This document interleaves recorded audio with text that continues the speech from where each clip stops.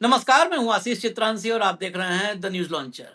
मुकदमे का खेल और बदतमीजी उत्तर प्रदेश में आखिर चल क्या रहा है? अब तक तो एक दो जगहों से ऐसी खबर आई थी कि नेता, ताकतवर नेता, वो न्यायपालिका को इन्फ्लुएंस करने की कोशिश करते हैं। लेकिन क्या ये दिन आ गए डबल इंजन की सरकारों में, मोदी के सिस्टम में? क्या ये दिन आ गए कि अब अफसर मुकदमेबाजी को प्रभावित करने के लिए, मुकदमों को प्रभावित करने के लिए सीधे जजों को फोन मिला देंगे? और फोन मिलाना तो छोड़ दीजिए, आप फोन पर बदतमीजी करेंगे। योगी की आईएएस और योगी का उत्तर प्रदेश में दो निजी इलाका है, मैं निजी बोलता रहा हूं। गोरखपुर गोरखपीठ की वजह से, और देवी पाटन, गोरखपुर भी मंडल और देवी पाटन मंडल। देवी पाटन मंडल जिसमें ये गोंडा, बलरामपुर ये आता है ना सब, ये देवी पाटन मंडल है। देवी पाटन मंडल नाम ही इसीलिए रखा गया क्योंकि वहां पर देवी पाटन है। देवी पाटन एक धाम है, पीठ है, माता का शक्तिपीठ है। देवी पाटन जो पीठ है, वो पीठ भी योगी के पास है। तो ये देवी पाटन मंडल, गोरखपुर मंडल और देवी पाटन मंडल, ये दोनों एक तरीके से एक जैसे हैं योगी आदित्यनाथ के लिए। इस देवी पाटन मंडल की कमिश्नर आईएएस, और नाम तो सबने सुना होगा, कई बार विवादों से इनका पाला रहा है, दुर्गा शक्ति नागपाल। इस आईएएस ने जज को फोन करके, महिला जज को फोन करके बदतमीजी की। पहले बेटे ने फोन उठाया तो बेटे से पूरा घर परिवार क्या कौन सब पूछा। बेटे ने खाली पूछा कि आप कौन बोल रही हैं, सब बताने के बाद 7 साल का बच्चा छोटा, तो फोन कट कर दिया। मुकदमे के बारे में बात करना है। नॉर्मली जज को कोई भी हो, मुकदमे के संदर्भ में फोन कर ही नहीं सकता है। सरकार का अगर कोई पक्ष है भी तो उसके लिए सरकारी वकील होता है। ये हाल कर दिया उत्तर प्रदेश का। यहां पर आप क्या उम्मीद करोगे, क्या कल्पना करोगे कि क्या हो सकता है आपके साथ, क्या करना है? पूरा जज के फोन का खेल पूरा खुल गया। मैं आपको बस सीधा खबर पे ले चलता हूं। हेडलाइन लाइए, लाइए हेडलाइन। भास्कर एक्सक्लूसिव। जज ने लिखा, आईएएस, अब एक्सक्लूसिव नहीं तो आ गया पब्लिक डोमेन में सब। जज ने लिखा, आईएएस दुर्गा शक्ति नागपाल ने धमकी दी, फोन पर कहा था कैसे संस्कार हैं आपके, बात करने की तमीज नहीं। मतलब ये जज को फोन करके, एक तो फोन करके खुद गलत कर रही है, इसको करना नहीं चाहिए, और फोन करके उसको संस्कार सिखा रही है। पहले सीखो तुम खुद कि क्या आपकी सेवा नियमावली में है, क्या कंडक्ट होना चाहिए आईएएस का। आईएएस क्या फोन कर देगा? सीनियर आईएएस है तो किसी जज को फोन कर देगा? खबर के भीतर चलिए, क्या हुआ मैं दिखाता हूं, और मैं सीधा आपको दिखाऊंगा जो बातचीत हुई है, वो बात में दिखाऊंगा। पहली कॉल 15 जुलाई दोपहर 1:26 पर पहली कॉल आती है।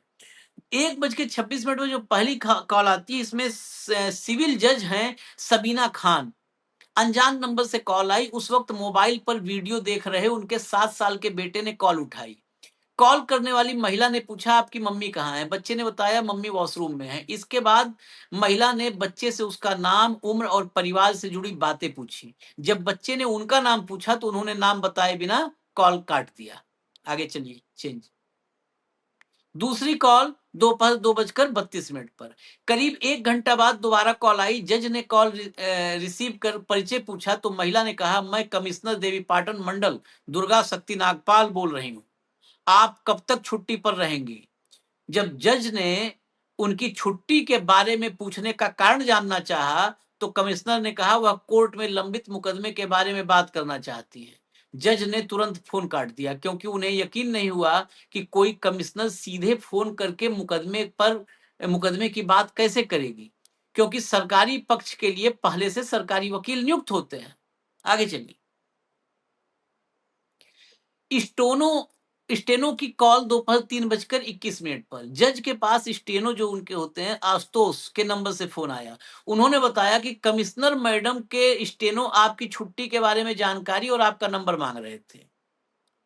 मतलब यहाँ के बाद फिर स्टेनो को फोन कर दिया जज के। फिर तीसरी कॉल दोपहर 3:32 पर। इसके बाद कमिश्नर और सिविल जज के बीच फिर बात हुई। शिकायती पत्र के अनुसार पूरा पत्र लिख के पूरा डिटेल बताया, कॉल की पूरी एक एक डिटेल दी है जज ने। शिकायती पत्र के अनुसार कमिश्नर ने कहा, अच्छा हुआ आपने बात कर ली, वरना मैं आपकी शिकायत हाईकोर्ट से करने वाली थी। मतलब जज इनसे बात करी, इसकी किस अथॉरिटी से? और हाईकोर्ट, अब तो आगे भी बता रहे हैं हाईकोर्ट इस पर कितना सख्त होना चाहिए। यहाँ पर सूर्यकांत जी, आप देख लीजिए आपकी न्यायपालिका कैसे किया, क्या हो रहा है उसके साथ, ये यहीं पर पता चल जाएगा। आपकी भी परीक्षा है। कहा कि अच्छा हुआ आपने बात कर ली, वरना मैं आपकी शिकायत हाईकोर्ट से करने वाली थी। आपको तमीज नहीं कि सीनियर आईएएस ऑफिसर से कैसे बात करते हैं? समझ रहे हैं आप? सीनियर आईएएस ऑफिसर से कैसे बात करते हैं? मैंने 16 साल की सर्विस में ऐसा ऑफिसर नहीं देखा। आपके व्यवहार से लगता है आप जुडिशियल ऑफिसर हैं भी या नहीं। 16 साल की सर्विस में ये कहीं ये किसने सिखाया था कि जज को फोन करो मुकदमे के बारे में बात करने के लिए? मुकदमा ट्रांसफर करा लूंगा, संस्कारों पर उठाए सवाल। सिविल जज ने लेटर में लिखा कि जब उन्होंने कमिश्नर को अपनी बात समझाने की कोशिश की तो उन्होंने सुनने से इनकार कर दिया। कमिश्नर ने कहा, आपने मुझे मुझे बोलने का मौका ही नहीं दिया, आप मेरा फोन रिसीव नहीं कर रही हैं, मुझे तो यह लग रहा है कि कैसे संस्कार हैं आपके। इस पर सिविल जज सबीना खान ने जवाब दिया कि वह छुट्टी की अवधि या समय बताने के लिए बाध्य नहीं है, ना ही किसी फेक कॉल या अनजान नंबर पर केस डिस्कस कर सकती हैं। उन्होंने साफ किया कि सरकार का पक्ष रखने के लिए कोर्ट में सरकारी वकील मौजूद रहते हैं। इसके बाद भी कमिश्नर ने अपना गुस्सा जाहिर करते हुए सीनियर आईएएस होने का हवाला दिया। कहा, मैं केस हाई कोर्ट में ट्रांसफर करवा लूंगी। जज ने इस पर सहमति जताई कि वो केस बिल्कुल ट्रांसफर करवा सकती हैं, और फिलहाल खुद ही जज ने कहा कि भाई ये ट्रांसफर करवा दो। अब ट्रांसफर करा दो, केस ट्रांसफर भी हो गया, हालांकि करना नहीं चाहिए था। कमिश्नर पर अवमानना की कार्रवाई हो सकती है। हाईकोर्ट की अब ये मामला जब पूरा लिखा लेटर जज ने, तो गया है मामला हाईकोर्ट में। हाईकोर्ट की लखनऊ पीठ ने आईएएस दुर्गा शक्ति नागपाल द्वारा सिविल जज सबीना खान को लंबित भूमि विवाद में प्रभावित करने के आरोप को गंभीरता से लिया है। लखनऊ हाईकोर्ट के न्यायमूर्ति सैयद कमर हसन रिजवी ने कहा कि जज को फोन कर डाला गया कथित दबाव जज को फोन कर डाला गया कथित दबाव प्रथम दृष्टया न्यायपालिका की स्वतंत्रता पर सीधा प्रहार है। यह न्याय प्रशासन में बाधा पैदा करता है। इस पर आपराधिक अवमानना के तहत विचार करने की जरूरत है। आपराधिक अवमानना। कोर्ट ने निर्देश दिया कि मुख्य न्यायाधीश से दिशा निर्देश लेकर मामले को उपयुक्त अदालत के सामने रखा जाए। अब देखिए ऊपर क्या होता है, ऊपर ही तो सारा खेल है, ऊपर होता क्या है। अब जरा एक इंग्लिश में जो कोट अनकोट स्टेटमेंट है वो भी होगा, मुझे लगता है। अगर वो रेडी हो तो चला दीजिए, नहीं तो ले आइए आप आगे, मैं इनके बारे में डिटेल बता दूं। ये आगरा में इनका जन्म हुआ। इनके पिता सुभाष नागपाल दिल्ली कैंटोनमेंट बोर्ड में थे। 2009 बैच की ये आईएएस हैं, 2009 बैच। और शुरुआत में ये पंजाब कैडर में थी, लेकिन यूपी कैडर के आईएएस से शादी किया अभिषेक सिंह से, जो रिजाइन कर दिए, वो रील वगैरह बनाते हैं, मॉडल हैं। तो उनके साथ शादी करने के बाद इन्होंने अपना कैडर ट्रांसफर करवा लिया, यूपी कैडर, पंजाब से यूपी ट्रांसफर करवा लिया।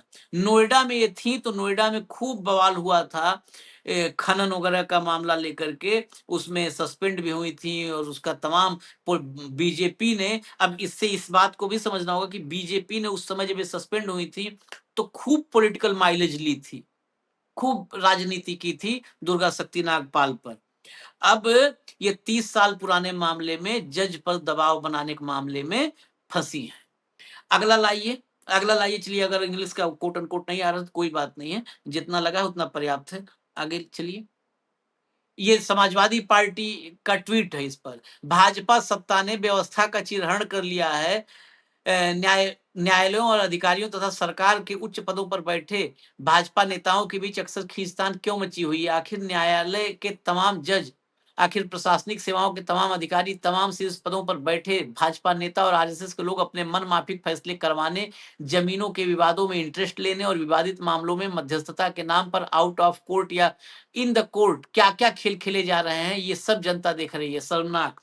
इस पर सब ये हमलावर हैं और ये भी आ गया है, लाइव लॉ भी दिखा दीजिए, क्रिमिनल डिफेमेशन के लिए जो है आपराधिक अवमानना के लिए। ये देखिए लाइव लॉ की headline, attempt to influence and intimidate जज ओवर कॉल, प्रभावित करने जो है दबाव डालने की कोशिश फोन पर। Allahabad high court refers senior IAS officers conduct for criminal contempt, criminal contempt अवमानना है, डिफेमेशन अवमानना है। ये क्रिमिनल कंटेम्प्ट के मामले के लिए इस केस को रेफर कर दिया गया है।